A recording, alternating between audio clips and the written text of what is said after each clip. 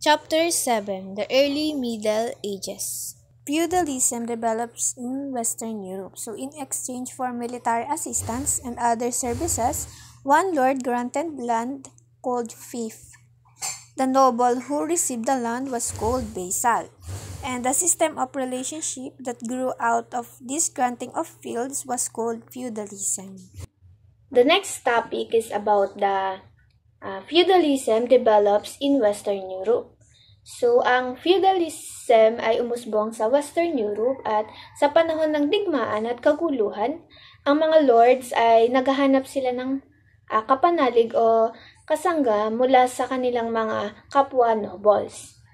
And ang batayan ng mga alyansang ito ay ang lupain ng mga lords. So, bilang kapalit sa tulong militar at iba pang serbisyo, ang isang lord ay nagbibigay ng lupa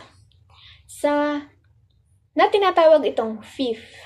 At ang mga tumatanggap naman o ang mga noble na tumatanggap ng lupa ay tinatawag naman na vassal. And ang relasyon sa pagitan ng Panginoon or ng Lord and the Vassal ay pinagtitibay sa pamamagitan ng isang seremonya kung saan nangangako ng katapatan ang mga vassal sa kanilang Lord. And ang sistemang ito ang naging pangunahing pampolitikong kaayusan sa Europa matapos ang pagbaksak ng imperyo ni Charlemagne noong ika-9 na siglo. The feudal system set up new relationships. Feudalism affected all classes of people in medieval society. The vassal received the lord's protection and grant a land. The vassal owed the lord several obligations. The relationship between lords and vassals were complex. The same noble might be a vassal to several lords. Moreover, a vassal might grant a land to other nobles, and in this way they become a lord. The next is the feudal system set up new relationship. So, ang isang vassal ay tumatanggap nga siya ng proteksyon at lupa mula sa mga lord kapalit ng katapatan nito sa kanila. And kasama sa lupa ang mga magsasaka na nagtatanim ng pagkain para sa mga vassal. And sa panahon ng digmaan o ng mga kaguluhan ay umaasa ang mga magsasaka na bibigyan sila ng proteksyon ng mga lords. At may iba't ibang tungkulin ang isang vassal sa kanilang lord. Kailangan nilang tumulong sa digmaan, magbigay ng pera kung kailangang tubusin ang kanilang lord mula sa mga kaaway.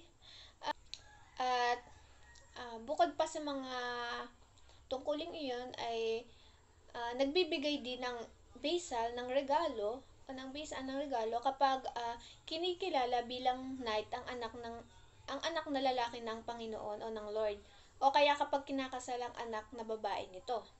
Tinutulungan din ng vassal ang Panginoon sa paglutas ng mga alitan sa hukuman. Minsan ay nagiging komplikado ang ugnayan ng lords at vassals. Maaaring maging vassal ang isang noble sa maraming Panginoon.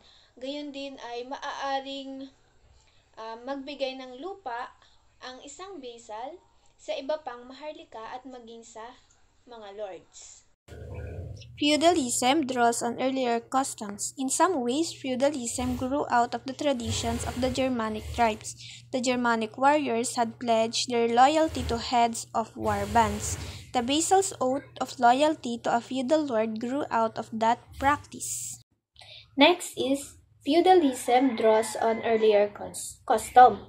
And so, ang feudalismo ay hango sa mga dating kaugalian. So, isa sa mga pinagmulan nito ay ang tradisyon ng mga Germanic, kung saan ang mga mandirigma ay nangangako ng katapatan sa kanilang pinuno. Ang panata ng vassal sa kanyang Panginoon sa feudalism ay mula sa kaugaliang ito. So, maraming aspeto ng batas sa feudalismo ang batay sa batas ng mga Germanic. At ang paggalang sa mga mandirigma ay bahagi rin ng pananaw ng feudalismo. Lords are warriors. In an age when warfare was common, the feudal lord had to be primarily a warrior. Through combat, lords protected their lands, enlarged their states, and added to their wealth. A young noble was trained to be a knight. Lords held tournaments, contests, in which knights took part in mock combat. For the audiences, tournaments provided exciting entertainment.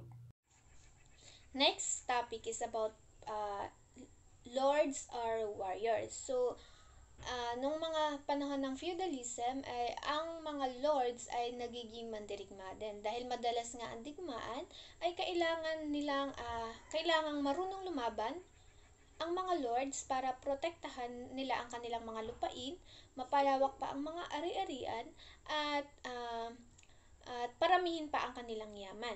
So, ang mga kabataang nobles ay sinasanay bilang maging isang knight at natututo silang magsuot ng baluti, na sumakay sa mga pandingmang kabayo at gumamit ng sibat at espada. At kapag napatunayan nila ang kanilang kakayahan at tapang, o kapag napatunayan ng mga knights ang kanilang, or ng mga kabataang nobles ang kanilang kakayahan at tapang, ay kinikilala silang bilang mga knight sa isang magarbong seremonya. Upang mapanatili ng mga knights ang kanilang kapangyarihan o ang kanilang kalakasan, ay araw-araw nilang pinapraktis ang paggamit ng kanilang mga sandata, and paminsan-minsan din ay nagdaraos ang mga lords ng mga paligsahan o mga tournaments kung saan ang mga knights ay nagsasagawa ng laban. Knighthood reflect Christian ideals. By the 12th century, a code of behavior called chivalry had evolved for the feudal nobility. A true knight was expected to fight bravely, to be loyal to his lord, and to treat other knights with respect and courtesy.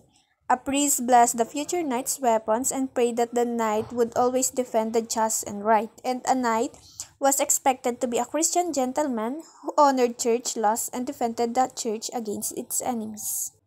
Next is knighthood reflect Christian ideals. Noong ika-12 siglo ay nagkaroon ng chivalry. So, ang isang tunay na knights ay dapat sila ay isang matapang sila sa laban, tapat sa kanilang mga Panginoon, at magalang sa kapwa knight. At responsibilidad din nilang protektahan ng mga kababaihan, mga kabataan, at maging ang mga mahihinang tao. Castles are fortified against attack. Feudal lords built homes designed to serve as fortresses. The first castles were built in the 9th century at the time of the Viking raids and were made of timber and earth. In the 11th century, lords began to build castles of stone.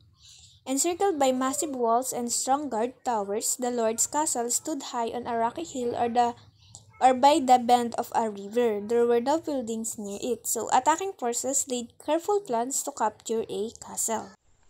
Castles are fortified against attack. So, noong panahon nga ng feudalism is ang mga castles o mga kastilyo ng mga lords ay itinayo bilang matibay na tanggulan dahil sa madalas na mga kaguluhan.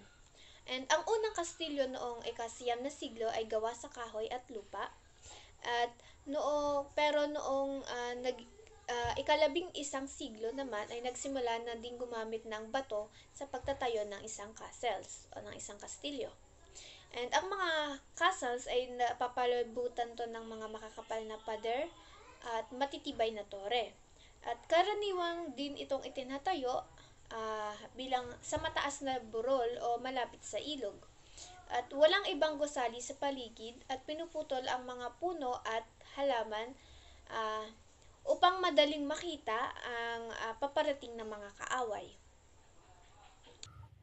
Kapag may mga umatahan namang kalaban, ay itinataas ang isang drawbridge o ito ay isang tulay upang hindi makatawid ang kalaban, at handa na ang mga knights na itaas ang pader para ipagtanggol ang kanilang kastilyo o ang castles. And kapag umatake naman ang kalaban ay maingat nilang pinaplano ang paglusob. Isa na dito ay pupunuin nila ng kahoy at lupa ang moat para makatawid. At susubukan nilang sirain o akyatin ang mga pader gamit ang mga hagdan. At habang umaakyat ang mga kalaban, ang mga tagapagtanggol o mga knights ay magtatapon ng mga kumukulong tubig, mainit na langis, tinunaw na tingga o kaya ay ang malalaking bato. At isa pa ding paraan ng pag-atake ay ang pagtatanal o paghuhukay sa ilalim ng mga pader o ng lupa. At sinusuportahan ang tunnel gamit ang kahoy, pero kapag malalim na ito ay sinusunog ang kahoy upang bumaksak ang pader sa itaas. Feudal life centers at the castles. The castles was a home as well as fortress. In lived the lord and lady, members of their family, knights, and the other men-at-arms, household officials, and servants. The most important official was the steward, who kept records of the lord's lands and revenues. Because the lord's wealth came from his land, he was careful to choose a competent steward. The castle had bedrooms, a kitchen, storerooms, and a chapel where the lord and his family attended religious services. The most important room in the castle was the great hall. Here, the lord and the lady ate, gave orders to servants, and received guests. Feudal life centers at the castles. Ang castles noon ay doon nakatira ang mga lords at ang kanilang mga asawa, pati na rin ang kanilang mga pamilya, knights, mga kawal at mga tagapamahala at maging ang mga tagapaglingkod. Ang pinakamahalagang opisyal sa kastilyo ay ang mga steward. So sila yung mga namamahala sa mga talaan ng lupain at maging ang mga kanilang kita. Tinitiyak na tama ang listahan ng mga alagang hayop, ani, buwis at upa mula sa mga magsasaka. Sinisigurado rin ng mga steward na hindi nasasayang o nananakaw ang kanilang mga pagkain. So, ang castles ay may mga kwarto, kusina, imbakan at maging isang kapilya para sa pagsamba ng mga pamilya ng mga lords.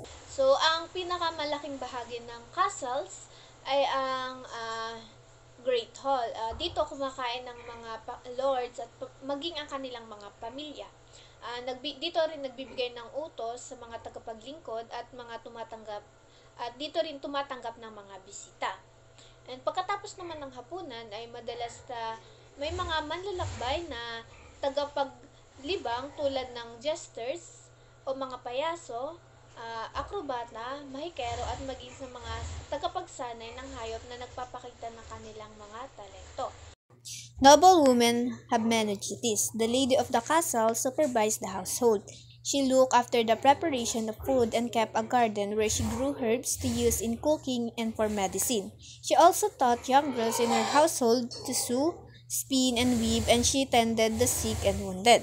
A noble's daughter was usually married by the age of 14, often to a man who was much older. The marriage was arranged by her father, and noble's daughter who did not marry might become a nun. Lastly, noble women have many duties. So, ang mga noble women noong panahon ng feudalism ay maraming mga tungkulin. Ang ginang or the lady of the castle ay siya yung namamahala sa kabahayan. Siya ang nag-aasikaso sa paghahanda ng pagkain at nagtatanim ng mga halamang ginagamit sa pagluluto at pati na rin sa panggagamot. Tinuturuan din niya ang mga batang babae sa bahay kung paano manahi, maghabi at mangganchilyo, at siya rin ang nangangalaga sa mga may sakit o kaya mga sugatan. Kapag wala naman ang mga lords sa castles ay ang mga noble women ang namumuno. Sila ang mga nagbabantay sa mga tagapamahala ng bahay at maging sila yung nagdidesisyon. Kapag wala ang mga lords ay sila yung nagdidesisyon sa pera. At gumagawa rin sila or sila rin ang kumakalap o nangangalap ng pantubos na pera kapag ang mga lords ay nabihag. Minsan ay nagsusuot din sila ng baluti at sumasama din sa mga digmaan. At ang mga anak na babae ng mga nobles ay kadalasang pinapakasal sila sa edad na 14. At karaniwang sa mas mga matatandang lalaki sila kinakasal. At ang kasal ay inaayos ng kanilang mga ama. At kung hindi magpapakasal ng isang babae, ang isang maharlikang babae, ay maaaring sila ay maging isang madre. At doon natatapos ang aking talakayan. Muli ako si Josamay Balmes at maraming